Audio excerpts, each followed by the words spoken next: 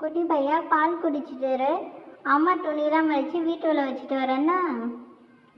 அம்மா சீக்கிரமா துணி வச்சிட்டு வாங்க, நம்ம விளையாடலாம். ஹா அம்மா. அம்மா உங்களுக்கு என்னாச்சு?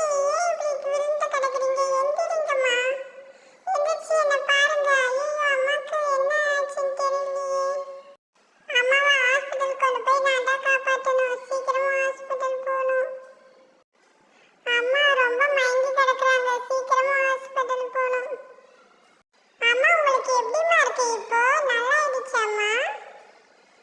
என் செல்லக்குட்டி நல்லபடியே நீ என்னை காப்பாத்திட்டதா. உன்னால தாண்ட நான் இப்போ பொழைச்சிருக்கேன்.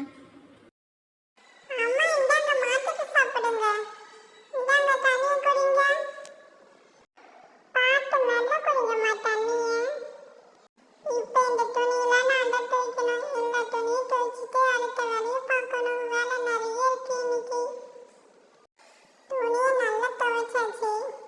அடுத்தது கிளீனிங் வேலை தான். நல்லா வீட்டை க்ளீன் பண்ண வேண்டியது தான். வீட்டை எப்படி க்ளீன் பண்ணியிருக்கேன்னு பாருங்க. நல்லா இருக்குதா? இந்த காயை வச்சு நான் என்ன பண்ண போறேன்னு தெரியுமா? சூப் தாங்க வைக்க போறேன்.